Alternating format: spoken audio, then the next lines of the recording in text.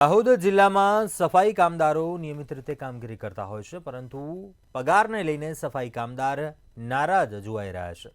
ઝાલોદ તાલુકાના લીંબડી ગ્રામ પંચાયત ખાતે સફાઈ કામદારોને 3250 રૂપિયા પગાર આપવામાં આવે છે અને જેને લઈને કામદારોમાં નારાજગી જોવા મળી અને સફાઈ કામદારો હડતાલ પર ઉતર્યા છે। સરકારના પરિપત્ર પ્રમાણે લઘુત્તમ વેતન મુજબના પગારની માંગ સાથે સફાઈ કામદારો દ્વારા સતત છઠ્ઠા દિવસે વિરોધ કરાયો છે। हाल तंत्र द्वारा कोईपण निर्णय नहीं लेवाता सफाई कामदारों में भारे रोष जोवा मळ्यो छे।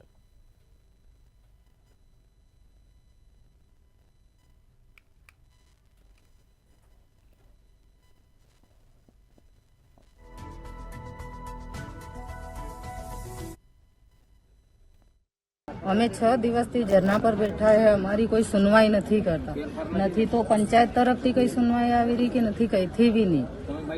અમે અમારો હક માંગવા બેઠા છીએ। અમે કોઈ પાસે કોઈ હક છીનવતા નથી। અમે જાતે જ અમે અમારી મજૂરી કરીને અમે મહેનતથી અમે કમાઈ રહ્યા છે, પણ અમને કોઈ પંચાયત તરફથી કઈ હજુ કઈ મહાત્મા મળ્યું નથી। અમને કઈ સફાઈ કામદારને કોઈ સુનવાઈ નથી, અમારી જવાબદારી લેતા બી નથી। અમે અમારો હક માંગીને રહેશું। ભલે આંદોલન વધારે વધશે ને તો વધારે અમે અહીં લડત લડીશું અને બેસીશું, મહિના સુધી બી આંદોલનમાં બેસીશું।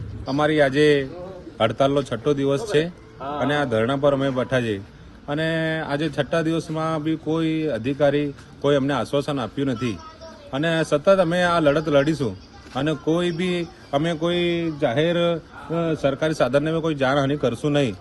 અને આજે 18,000 રાજ્યોમાંની મેન પંચાયત લીંબડી ગ્રામ પંચાયત છે, એ જ પંચાયત આજે સરકારના પરિપત્રને પણ અવગણતી નથી। આવું કેમ આ એક વાલ્મીકી સમાજ સાથે જ આવું થાય છે? કેમ વાલ્મીકી સમાજનું જ શોષણ થાય છે? આજે અમને કોઈ સેફટીના સાધનો મળતા નથી। આજે અમે છેલ્લા 6 દિવસથી પ્રતિક ઉપવાસ ધરણા પર બેઠેલ છે। અમારી ફક્ત જે લીંબડી ગ્રામ પંચાયતમાં આજે 25 થી 30 વર્ષથી કામ કરતા સફાઈ કામદારોના વેતન માટે અમે આ સ્ટ્રાઇક કરી છે।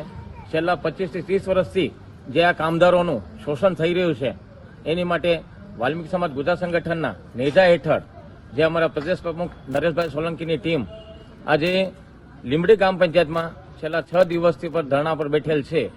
અમે આ લીંબડી ગ્રામ પંચાયતના તલાટી મંત્રી એમાં અધિકારીઓને, વહીવટદારને અને ટીડીઓને 22/11/2024 રોજ આવેદન આપ્યું હતું, છતાં પણ આ 1.5 મહિના સુધી તેનું નિરાકરણ નથી આવ્યું।